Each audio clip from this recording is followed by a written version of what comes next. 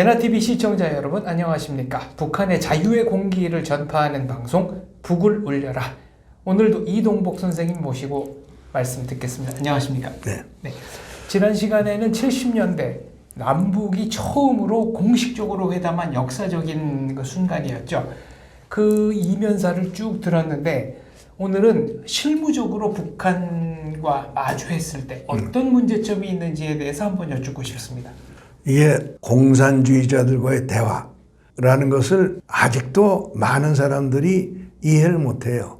왜냐하면 그 공산주의자들하고 사이에 이루어지는 대화를 우리의 일반 사람들이, 대중들이 이해하는 것은 언론을 통해 가지고 여과된 상태로 전달받기 때문에 실제로 공산주의자들과의 대화라는 것이 어떤 것인지를 잘 인식을 못하는 것이죠.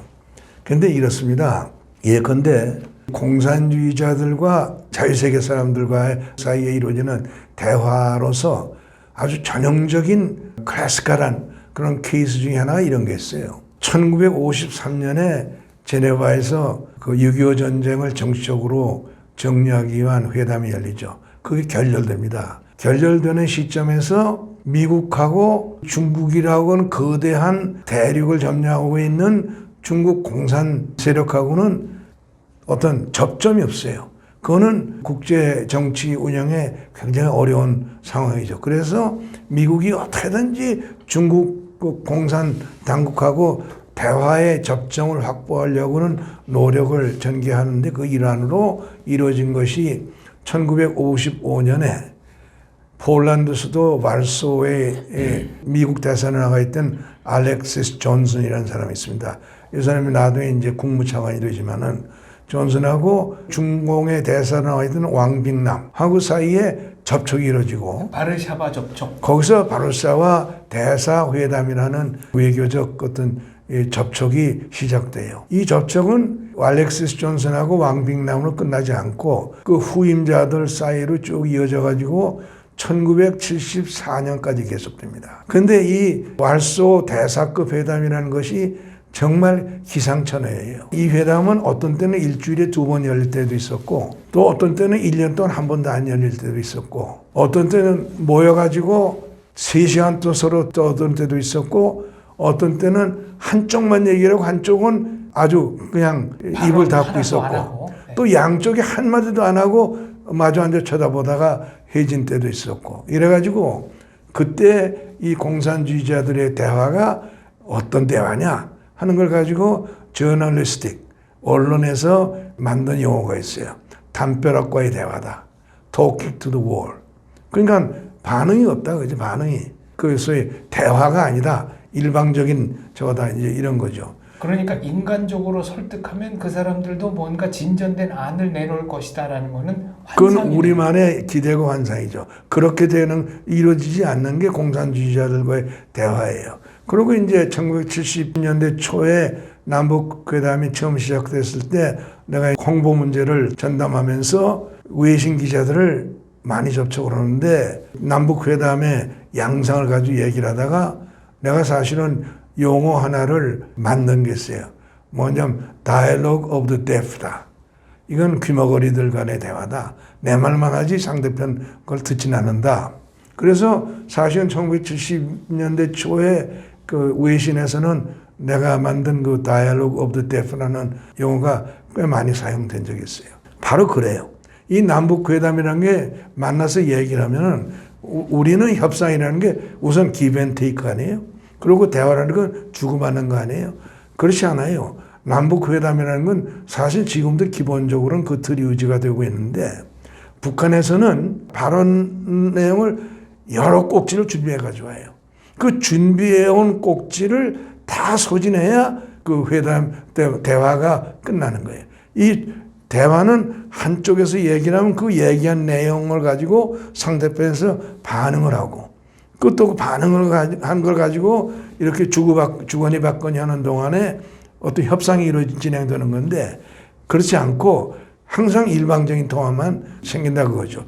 그래가지고 남북 대화라는 것은 판문점인 판문점, 뭐 이게 서울에서 열리거나 평양에서 열리거나 회담장에는 라우드 스피커가 두 양쪽에 있고 그 마우스피스는 저 뒤에 서울과 평양이 있어가지고 뭐 서울은 사실은 미리 회담 대표들이 상당히 재량권을 가지고 가지만은 평양은 마우스피스는 평양에 있어가지고 평양에서 지시가 없어가지고는 현장에서는 발언이 이루어지지 않는 기형적인 대화가 된단 말이에요. 그러니까 어떤 그 문제에 대한 타협이 이루어지려면은 회담이 끝나고 저 사람들이 평양에 갔다 와야 그 먼저 본 회담에서 남쪽에서 제기가 됐던 문제에 대한 북측의 입장이 나오고 이렇게 된다고요.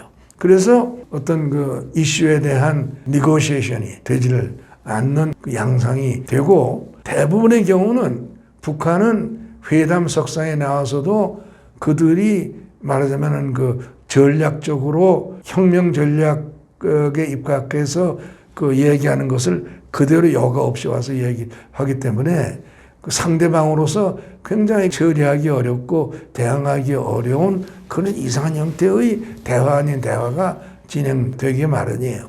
그러니까 이 문제를 가지고 사실은 북한이나 일반적으로 공산주의자들하고의 대화 참여하는 사람들이 지금도 참고해야 될 참고서가 몇 가지가 있죠. 그 중에 하나가 C. 터너 조이라고 하는 사실은 그 미 실함대 사령관으로 그 1950년부터 52년까지 유엔군 그 해군 하다가 네, 51년부터 1년 반 동안 휴전회담 유엔군 측 수석 대표를 한 그런 사람이 있어요.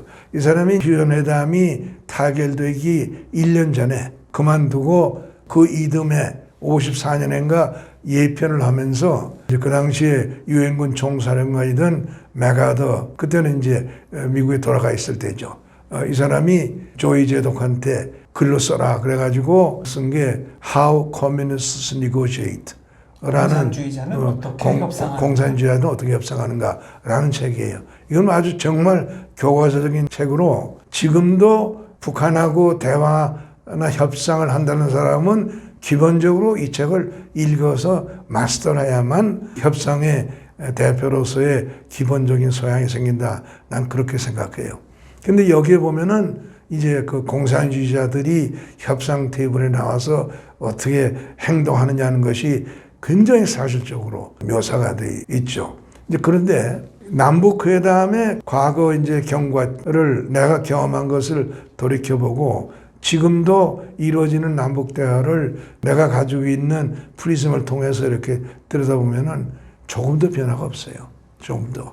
다시 말해서 저 사람들은 대화를 왜 하느냐?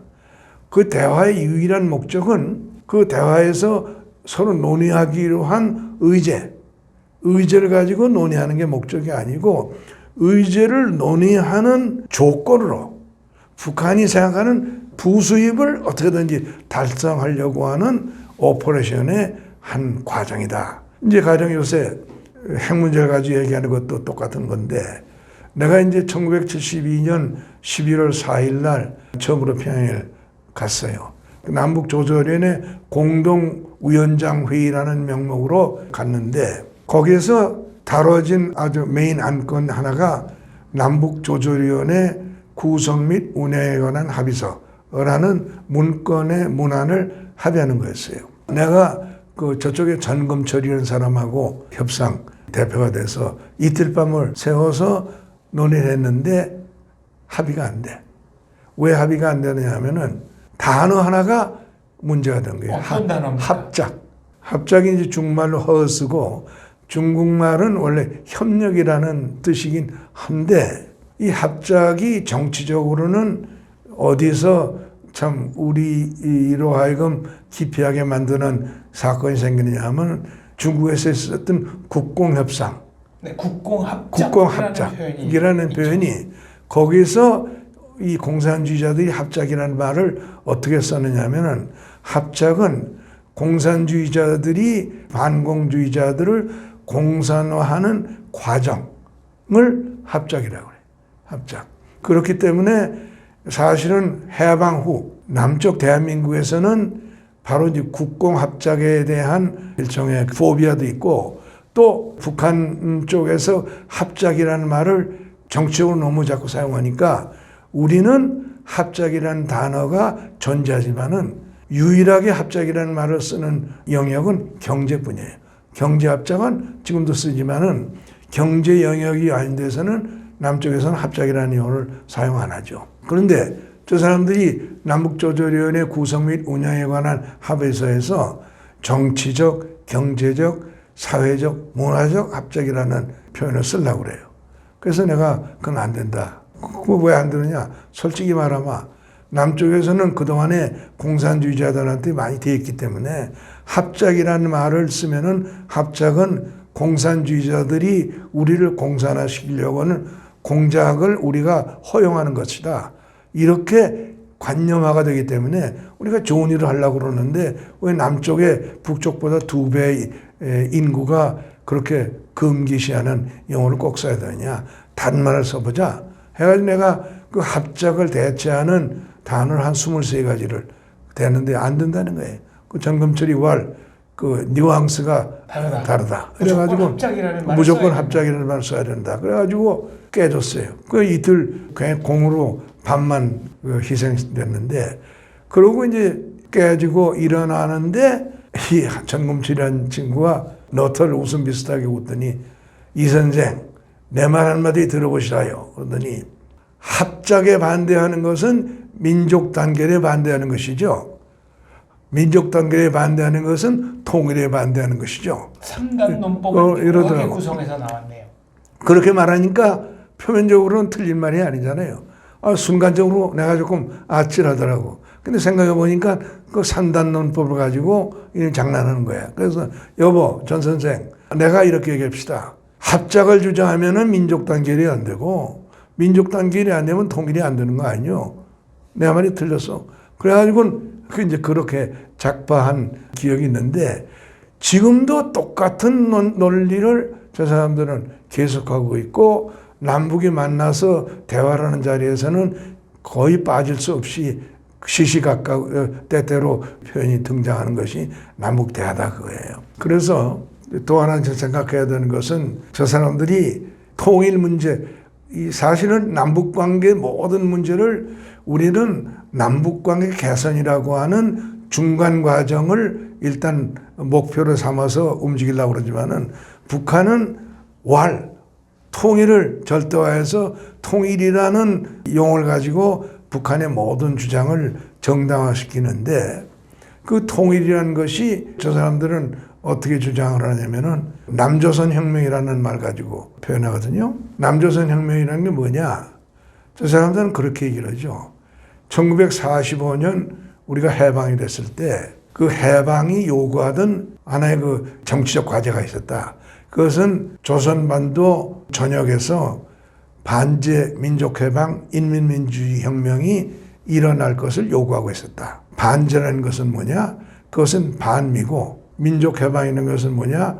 반일이고 인민민주주의라는 건 뭐냐? 그건 공산주의다. 그래서 반미 반일 공산주의 혁명이 필요했는데 북반부에서는 소련군의 도움으로 그것이 완수가 돼서 완전 해방이 됐지만은 남쪽에서는 미군의 반대로 혁명이 이루어지지 못해서 해방이 진짜 이루어지지 못했다. 이것은 가짜 해방이다. 그러니까 통일은 뭐냐? 남쪽에서 남조선 혁명을 수행해서 진짜 해방을 이룩해가지고 이 해방되는 남쪽과 이미 해방되어 있는 것을 북한을 합작시켜서 하는 것이 통일이다. 지금 그렇게 되어 있단 말이에요. 북한의 사전적인 의미의 통일이. 그렇다면 북한이 주장하는 통일이라는 것은 아무리 친북적이고 아무리 종북적인 대한민국 정부가 들어선다 하더라도 대한민국 정부라는 간판을 달고 있는 한 용납할 수 없다 이런 아니요. 얘기예요. 그건 아니죠. 왜냐하면 이미 북쪽은 남조선 혁명 이론에 근거해서 남쪽의 이 대한민국이라는 국가나 정부는 인정을 하지 않거든요. 저 사람들은 대한민국은 남쪽의 하나의 단체다 이렇게 보는 거예요. 그러니까 남쪽하고 북한 사이에 정부 대 당국 간의 대화가 이루어지는 것도 저 사람들은 당국 간 대화로 수용을 안 하고 단체 사이에 이루어지는 일종의 정당 간의 단판이다 이렇게 보는 거죠.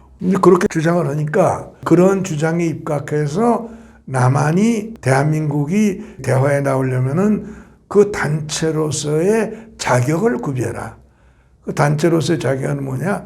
반공이 아니고 친공이고 용공이고 연공이 돼야 된다. 이런 주장을 깔고 하는 거예요. 집요하게? 집요하게. 지금도. 그런데 우리 경우에는 어떤 변수가 그동안 생겼느냐 하면은 대한민국은 법적으로나 정치적으로나 사회적으로나 문화적으로나 이런 북한의 주장을 일축을 했기 때문에 1990년대까지는 남북 간의 대화라는 것이 제대로 성립이 안 됐는데 1998년에 김대중 정부라고 하는 좌파 정부가 들어서면서부터 말은 그렇게 안 했지만은 김대중 씨의 소위 3단계 통일론은 사실상 북한이 말하는 연방제 통일론을 수용한 것이기 때문에 고려 연방제를 수용한 것이기 때문에 거기에서 그동안에 김대중, 노무현, 문재인이 그 이끄는 좌파 정부들이 그동안 내면적으로 추구해온 것은 대한민국의 법 제도와 정치적 법장치와 제도를 바꿔서 공산주의를 용납하는 수용하는 연공제로 바꾸는 정치적 법적 작업을 추진해왔던 것이죠. 그리고 그것이 아주 굉장히 노골화됐던 것이 문재인 정부 때여가지고 문재인 정부 때는 그 내용으로 헌법을 수정하려고 여러 가지 노력을 했던 거 아니에요? 그러다가 이제 그것이 이번에 윤석열 정부의 등 출연으로 완전히 사실은 좌절된 거죠. 앞으로 좌파 정부가 다시 들어설 가능성 우리가 100% 보장할 수는 없지만은 적어도 그동안 세 번의 좌파 정부가 내면적으로 추진해오던 남한 사회의 용공화, 연공화는 일단 좌절이 됐단 말이에요. 용공화, 연공화가 북한이 주장하는 적화 통일로 가는 중간 단계죠. 중간 단계죠. 중간 단계인 것이 그 용공화, 연공화가 안 되면은 연방이 안 되는 것이 지금 북한이 말하는 연방제, 그 다음에 김대중 씨가 말한 연방제는 굉장히 치명적인 문제점이 있어요. 뭐냐면 첫째로 대한민국 헌법이 3조에 보면은 대한민국 영토는 한반도와 그 전역과 부속도서로 되어 있으니까 여기에 공산체제인 북한이 들어설 자리가 없잖아요, 법적으로. 그렇긴 한데 대한민국 헌법 4조가 예외 조항이야. 왜냐하면 대한민국 헌법 4조는 대한민국을 통일을 제한한다는 것은 분단이 되었다는 얘기 아니에요. 분단을 전제로 하고 있는 거죠. 그 분단을 전제로 하는 거죠. 통일을 한다는 것은 통일의 상대방이 있다는 거 아니에요. 그러고 그 다음 항목에서 그 자유민주 질서에 입각한 평화통일 정책을 수립하여 추진한다 이렇게 됐단 말이에요. 그러니까 통일의 상대방을 상대로 해서 자유민주주의 기본을 내용으로 하는 통일을 평화적으로 추진하라 하는 조항을 담고 있잖아요. 그리고 우리 헌법 11조에 보면은 대한민국에서는 계급에 입각한 아무런 제도가 있을 수 없고 네. 이렇게 돼 있잖아요. 공산주의라는 계급주의 정당도 부정을 하고 있어서 8조와 11조에 입각해서 우리 헌법재판소가 정당 설립을 불허하고 공산주의 정당 설립 불법화시켰잖아요.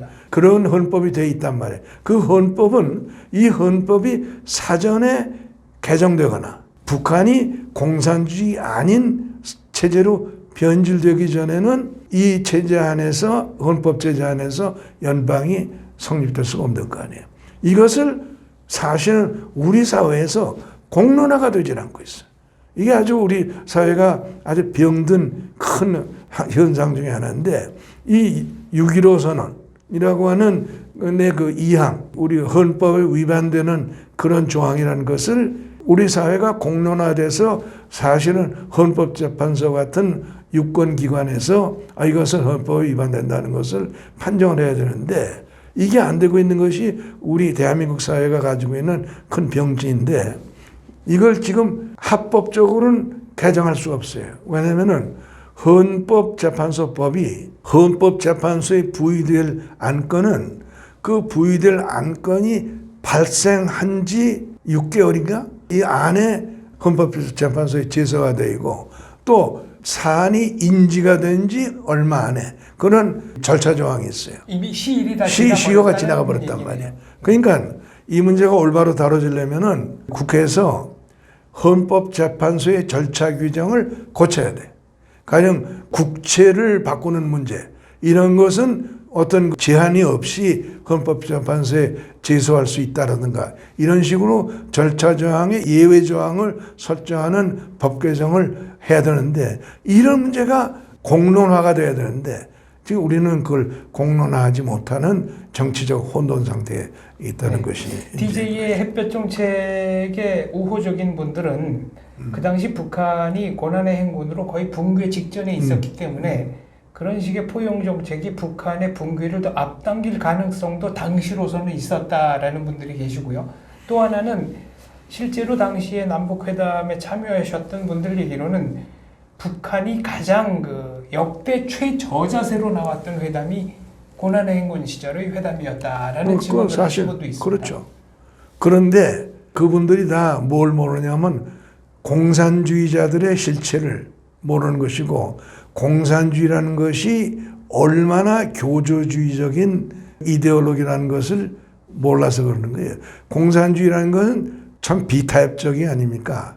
비타협적이면서도 사실은 공산주의에는 어떤 그 모순이 있느냐 하면은 이제 우리가 1997년에 황장엽이라고 하는 어떻게 보면은 공산주의 이론의 이데올로기의 대가가 올라만 했잖아요. 네, 황장엽, 김덕홍 망명사건. 그렇죠. 그 황장엽 씨가 넘어온 뒤에 내가 황장엽 씨하고 가까이 지내는 기회가 있었기 때문에 많은 대화를 나눴는데 이분한테 내가 그런 문제를 얘기한 적이 있어요. 1977년에 내가 남북회담 사무국장, 남북조조연의 대변인을 하면서 77년 6월에 오스트랄리아 수도 캔베라에서 호주 국립대학에서 아시아 정치학회가 있어서 거기에서 북한에서 진행되고 있는 권력의 세습이라는 제목으로 논문을 발표한 적이 있어요. 그 논문을 작성하는 과정에서 자료 수집을 하는데 자료 수집이 굉장히 어려워요. 어려운 가운데 그나마 수집되는 자료가 대부분 조총련을 통해서 일본을 통해서 수집이 됐는데 자료 중에 하나가 김정일에 관한 거예요. 김정일. 그래서 그걸 그 논문에 인용한 적이 있어요. 그랬더니 그로부터 20년이 지난 97년에 황장엽 씨가 올라만 했잖아요. 그때는 이제 국회 15대 국회에 있을 텐데 그때까지는 자유민주당이 야당이야. 내가 그 당시 국정원에다가 안기부에다가 황장엽 씨를 좀 보자. 그랬더니 천만에 그러고 안 되더라고요. 그러다가 97년 말에 대통령 선거에서 자유민주연합이 민주당하고 DJP 연합을 해가지고 여당이 됐단 말이에요. 일부가 됐습니다. 집권 여당이 됐지. 그랬더니 연합정권의 한 축이 됐죠. 그랬더니 98년 1월 말쯤 안기부에서 연락이 왔어요. 아 그때 그 황장엽 씨 만나고 그러셨는데 만나시겠느냐? 만나겠다 그래가지고 처음 어느 식당에서 한 3시간 만나서 얘기를 했어요. 얘기하는 도중에 내가 황장엽 씨한테 여러 가지 얘기했지만은 그걸 물어봤어요. 내가 77년에 김정일에 관해서 이러이러한 내용을 가지고 그 논문에 인용을 한 적이 있는데 사실이냐? 그 중에 하나가 김정일이가 남산중학교 고등학교를 다닐 때 하도 공부를 안 하고 학교를 가지 않고 땡땡이를 쳐서 김일성이가 과목별로 독선생을 뒀는데 그 독선생 단장이 황장엽이었다. 이렇게 돼서 내가 그걸 그 논문에다가 쓴 적이 있다. 사실이냐 이렇게 물었더니 황장엽 씨 얘기가 아니다. 자기가 김정일이라는 아이가 있다는 거는 알고 있었지만은 김정일을 처음 만난 게 1959년 1월 그 남산고등학교 3학년 졸업반일 때인데 어느 날 자기 김대 총장인데 김일성 수상실에서 한 달 동안 여행할 준비를 해가지고 평양역으로 나와라. 그래서 나가보니까 소련에서 모스크바에서 소련 공산당 21차 당대회가 열리는데 가는 일행에 자기를 넣어서 소련을 갔다 소련을 모스크바 출장에 모스크바를 갔다는 거예요. 가는데 거기 일행 가운데 떡거머리 그 머리를 깎은 청년이 하나 있었다. 소년이 있는데 김정일이라고 그러더라. 그래서 인사를 했더니 자기 아버지가 신이 많은 사람이라 그런지 굉장히 깍듯하고 그렇게 대하는데 기차를 타고 가면서 보니까 어렵쇼. 이 김정일이가 하는 짓이 보통이 아니더라.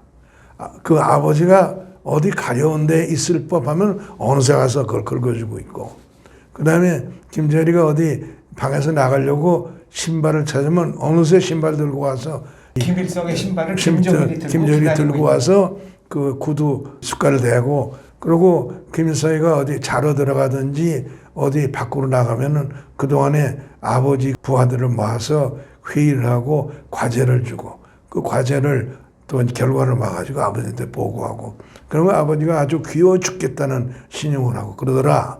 그래서 그걸 보면서 자기가 얼핏 생각나는 게, 아이고 편조가 환장하는구나. 편조가 신돈의 아멘이거든.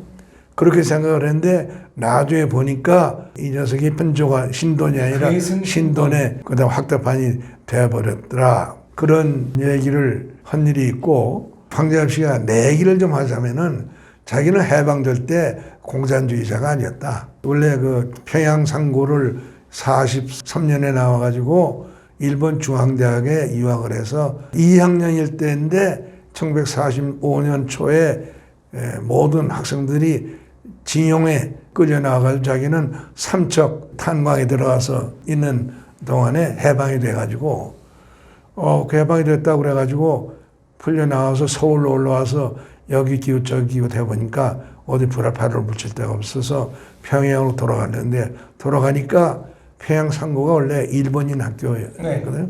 일본인들이 다 없어지고 그러니까 한국 조선인들로 학생을 채우면서 자기도 그 졸업생이니까 선생으로 일하라고 그래가지고 일하는데, 그 이듬해 46년에 노동당 당적을 가져라.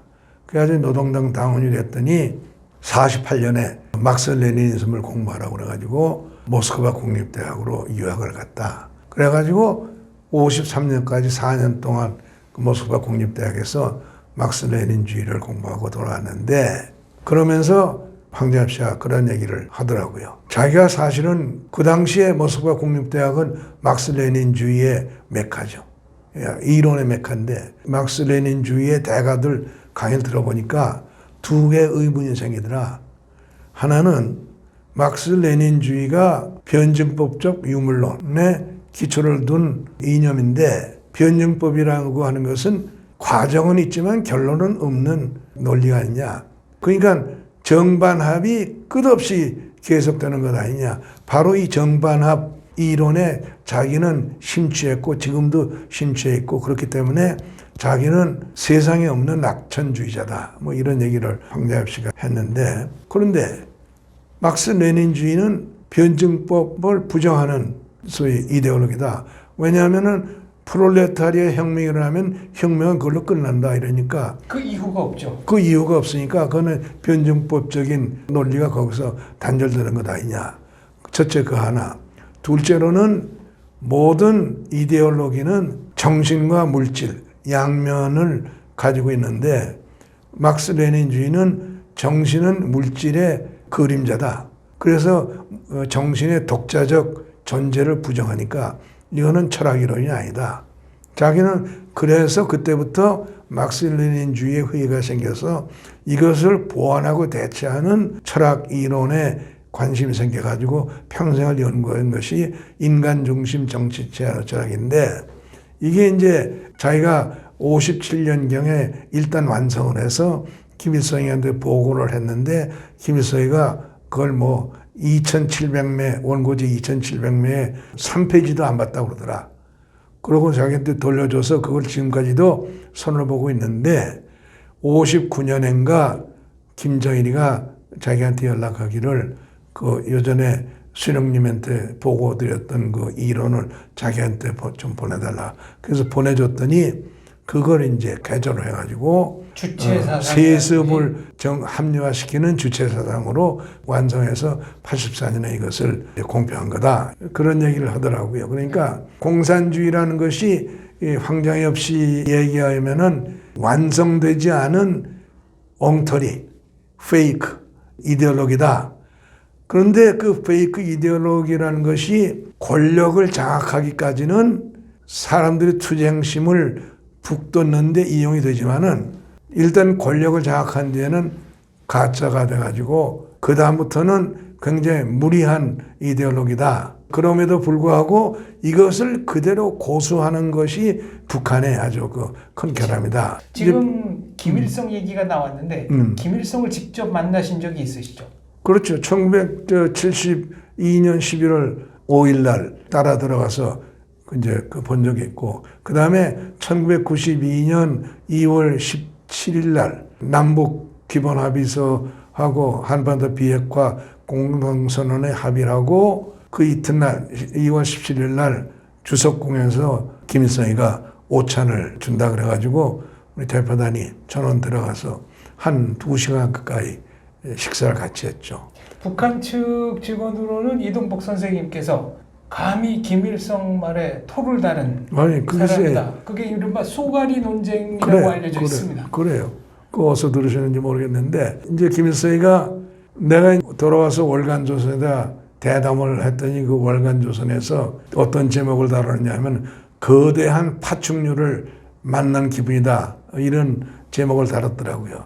사실 그런 기분인데 김일성이가 덩치가 커요. 덩치가 크고 앉아서 이제 나하고는 좀 떨어져서 앉았지만 이렇게 마주와서 앉아 있는데 이 사람이 앉아 있고 식사는 한꺼번에 나온 게 아니라 중국 음식식으로 코스 요리를 하나씩 나오는데 한식이 옆에 군관 복장에 두 놈이 서서 그날 참 처음 알았던 게 김일성이가 술을 꽤 하더라고요. 그 꼬냑잔, 굉장히 큰 꼬냑잔. 꼬냑잔 중에서 굉장히 큰 꼬냑잔에다가 맥주를 하나 가득 따라 놓으면은 아주 시시각때때로 한 모금씩 그걸 마시면은 한 모금 마시면 또 부어놓고 해서 아마 전체 마신 거는 거의 한 잔 가까이 마시는데 그 특징은 우리는 밥 먹을 때 흘릴까봐 좀 이렇게 상체를 구부리잖아요. 이 친구는 뻣뻣하게 이를 제낀 채로 그냥 넣으니까 입에 들어가는 것 중에서 질환은 떨어지더라고요. 네. 그러면 한 놈이 이런 주걱 같은 걸로 그걸 걷어서 끊임없이 그걸 걷어내고 그게 아주 동물적으로 이렇게 느껴지는데 이 말이 정말 오만하기 짝이 없어요. 오만하기 짝이 없고 천방지축이고 제멋대로고 어느 정도로 제멋대로냐 하면은 우리가 그때 92년에 갔더니 평양에 철거되어 있던 전차를 다시 놓고 있더라고요. 석유가 없으니까 전차를 불합화해서 철거한 전차를 어디 한가리인지 체코인지 거기서 갔다가 이제 그걸 놓는데 뭐 이제 그러다가 우리가 얘기를 하는데 김일성이가 남조선이 요새 많이 발전됐다고 그러더니 근데 그 자동차가 너무 많다고 그래. 그 자동차는 가솔린을 너무 먹어가지고 사람들의 건강을 해치지. 뭐 이러더니 내 친구가 동경에서 전해줬는데 동경에서는 자동차가 너무 많아가지고 동경 도심 거리에 건물의 3층 이상은 괜찮지만 3층 이하에 사는 사람들은 모두가 폐가 결단됐다고 그러지. 뭐 이런 사실과 상당히 다른 얘기죠. 그렇지. 옆에 연영무기한테 연영무기 뭐 이런 거 그래. 연영무기 그러더니 공화국에서는 가솔린 자동차는 안 돼. 전기차는 괜찮지. 그래가지고 이제 전차를 갖다 까는 것을 그렇게 우회적으로 그러고 또 여러 가지 그런 얘기를 하다가 그 이제 코스에 그 쏘가리 회가 나오더라고. 네. 쏘가리 회가 나오는데 김일성이 이 쏘가리는 대동강에서만 나오는 거지. 남조선 사람들은 이런 거 먹어보지 못했으니까 많이 드시라고 이러던가 그러더라고. 근데 아주 비위가 확 상하더라고. 그래서 내가 수상님 나는 강원도 원주 대생인데 강원도에 쏘가리가 많다고. 어려서 쏘가리로 여러 가지로 참 많이 먹고 자랐다고 그러더니 정말 안색이 바뀌더라고. 그래가지고 영 분위기가 확 할 뻔했어. 그래가지고 김일성 말에 누가 토를 달고 반대를 그렇지. 했겠습니까? 그대로 이제 넘어갔지만은 나는 사실 그 전에 김일성이한테 아주 비가 상했었어요. 왜냐하면 주석부에 도착하니까 다른 일행은 전부 식당으로 안내하더니 정 총리하고 나하고만 주석님께서 따로 좀 만나겠다고 그런다고 그래서 이건 92년이에요. 92년. 그래가지고 딴 방으로 들어갔더니 김일성이가 앉아있더라고. 그러니까 우리가 앉으니까 주머니에서 종이를 꺼내더니 성명서를 읽어요. 그 우리가 지금 그 전날 남북 기본 합의서 이걸 다 합의해가지고 서명 공표까지 했는데 그거 전혀 상관없는 내용에 굉장히 그 하드라인에 그 여러 가지 남북 관계에 관한 북한의 입장을 일방적으로 읽더라고. 아예 피가 확 상하더라고. 뭐 그러고 읽더니 됐다고 그래가지고 가자고 그래서 이제 식당으로 왔는데 이제 그런 일종의 자녀 레지두얼한 감정이 있는데 쏘아리 얘기가 나와서 내가 불쑥 했더니 굉장히 분위기가 나빠졌어. 그리고 또 하나 기분 나빴던 것은 김일성 궁에 간다고 그러니까 내 속엔 무슨 생각이 나느냐면은 이거 증인이 필요하다. 그 안에서 오구한 얘기에 대해서 나중에 역사적으로도 설왕설래 시비가 있을 수도 있고 북한이 뭐라고 할 수도 있고 누가 그 이제 크로니클러가 필요하다. 이래가지고 안병수한테 얘기를 해가지고 풀 기자 둘을 동해에서 들어갔거든. 딱 현관 들어갔더니 기자는 딱 거기다가 스톱을 시키더라고. 그 기자는 더 못 들어간다. 그래가지고 이제 내가 이제 우리 수행 기자들한테도 그 면이 쓰지 않게 되고 그런데다가 이제 김일성이 그래가지고 아주 비가 상했는데 아무튼 들어가서 김일성이가 그렇게 아주 천방지축 얘기를 하더니 나중에 심지어 무슨 얘기를 하냐면은 강계 얘기를 하더라고. 강계 자기가 매년 자주 가는데 이 회담을 강계에서 하는 것도 좋지. 강계에서 하기로 여러분들이 합의하면은 내가 비행기를 내줄 테니까 남쪽에서 비행기로 평양에 와서 내가 내준 비행기로 강계로 오면 된다고. 연영무이 들어 총리 내 말 그대로 들어서 그렇게 하라고. 예 그랬는데 뭐 그 다음에 어림도 없지. 시행이 되지도 않고 그랬지만은 오찬 내내 거의 내가 먹는 건 건성건성 먹고 속기하다시피 기록을 해가지고 기차 타고 오면서 풀기자를 불러가지고 그걸 전체를 내가 구술 낭독을 해줬지. 내가 메모한 거를. 그래가지고 각 신문이 그때 일면 전면을 깔아가지고 아주 재미있는 대화록을 그때 보도했었어요. 네. 평소에 이동복 선생님의 지론 중에 하나는 통일이 되더라도 당분간은 자유왕래를 좀 막고 일정 시기가 도래할 때까지 좀 기다려야 한다는 얘기였습니다. 얘기는 나중에 자세하게 듣도록 하고 한 10여 분에 걸쳐서 왜 그런 말씀을 하셨는지 설명을 좀 부탁드립니다. 이게 이제 첫째로는요, 우리가 이제 남북 관계를 관리하면서 굉장히 벤치마킹했던 게 양독 관계거든요. 그 양독 관계가 이제 1990년에 통일이 되잖아요.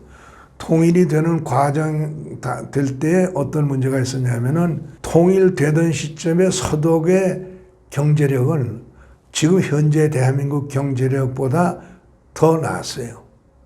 그만큼 국력이 강력했죠. 세계 2위, 3위였어요. 세계 2위였거든. 2위였죠. 그런데 통일이 되는 과정에서 어떤 일이 생겼냐면은 내가 보기엔 두 가지의 큰 미스테이크가 생겼어요. 하나는 동독 서독 마크를 등가했단 말이에요. 등가 교환했단 말이에요. 등가 교환하니까 어떤 문제가 생겼냐면은 동독국의 경제력에 대한 왜곡이 생겨가지고 과잉평가가 돼서 그 다음에 독일 통일 이후에 전체 독일 차원에서의 경제를 관리하는데 엄청난 어려움이 생겼고 지금도 지속이 되고 있고, 또 하나는 독일은 통일되는 시점에서 동독의 부동산의 소유권에 대해서 소련 점령 기간 중에 이루어진 국유화는 선결되지 않았지만은 양독이 독립된 후에 동독 정권에 의해서 국유화된 부동산에 대해서는 원소유주가 소유권을 재판을 받아서 해줬단 말이에요.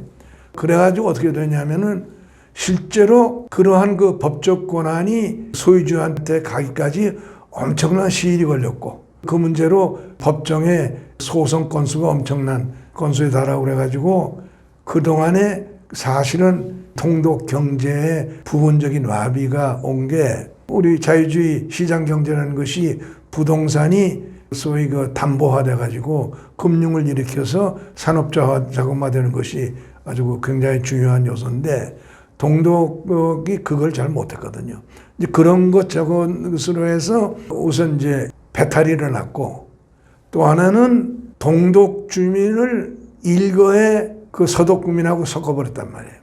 이걸 섞어버리니까 동독이 서독 시스템에 들어와서 생활하는데 불편을 느껴가지고 서독에 이제 편입된 동독 주민의 거의 3분의 1 가까운 동독 주민들은 통일을 후회하고 말하자면 통일된 독일에서의 여러 가지 생활을 포기해가지고 지금까지도 국가의 펜션을 가지고 그 생계를 유지하는 이런 현상이 생겼단 말이에요. 연금생활자단 말이에요. 또 하나 참고로 할 수 있는 상황 중에 하나가 미국에서 1865년에 남북전쟁이 끝났단 말이에요. 그랬더니 남부 11개주의 경제가 사실은 지주들이 중심이 되어 있는 그런 농업, 농업 경제인데 그 토지가 다 몰수되고 그 몰수된 토지는 북부에서 내려간 협작군들, 모리베드 사기꾼들 차지가 돼가지고 엄청난 사회적 갈등을 일으켜가지고 서부 영화의 그 소재가 되는 제시 제임스니 뭐 이런 산적들도 많이 나오고 아무튼 그 사회적 갈등이 해소되는데 100년 이상의 시간이 소요됐단 말이에요.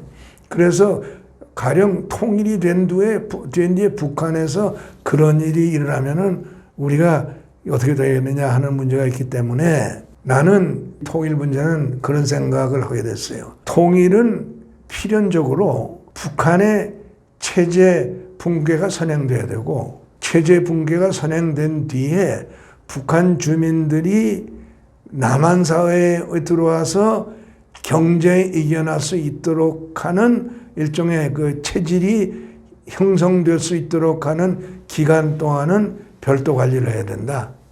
그 별도 관리를 한 동안은 공산주의 체제는 아니더라도 뭔가 이 현재의 북한 사람들이 편안하게 느낄 수 있는 어떤 그 과도적 체제에 의해서 일국양제적 관리가 필요한 게 아니냐 이런 생각을 지금 하게 돼서 그걸 주장을 하는 거예요.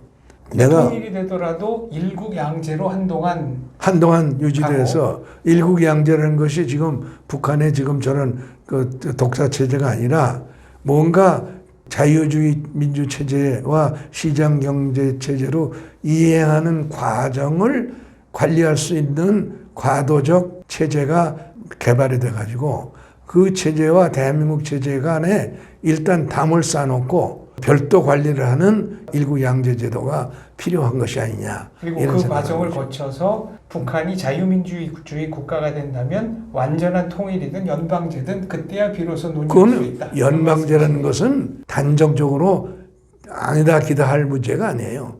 연방제는 저쪽 연방제의 내용 나름이고 연방제가 이루어지는 내외적 환경과 조건 이게 문제죠. 가령 예를 들어서 지금 영연방 같은 제도라든가 미 합중국가 같은 연방이 된다면은 그게 무슨 상관이 있어요. 다만 그러기 위해서는 지금 미국 연방 51개 주 사이에 북한 같은 그 주가 있어요? 없습니다. 없잖아요. 적어도 체제가 똑같다는 점에서는 그렇죠. 네. 그러니까 그 체제의 동질성이 확보되는 정치적 변화가 북한에서 진행된 뒤라야 그때는 연방제든 단방제든 통일을 우리가 추진할 수 있게 됐다. 이렇게 봐야 되겠죠. 알겠습니다. 오늘 이동복 선생님 모시고 남북 회담에 관한 벌써 한 50년 이 정도 이제 진행이 됐습니다. 51년이 지났네요. 네. 그 비사도 들었고 김일성 만난 얘기도 들었고 했는데 여전히 북한은 50년째 변하지 않고 있다. 본인들의 주장을 일방적으로 계속하고 있다는 면에서는 변함이 없다. 이게 결론이네요. 통일의 길은 여전히 멀고 험하다. 그러나 멈출 수 없다는 말로 오늘 마무리 그렇죠. 멘트 네, 그렇습니다. 대신하겠습니다. 오늘 말씀 감사합니다. 네, 감사합니다.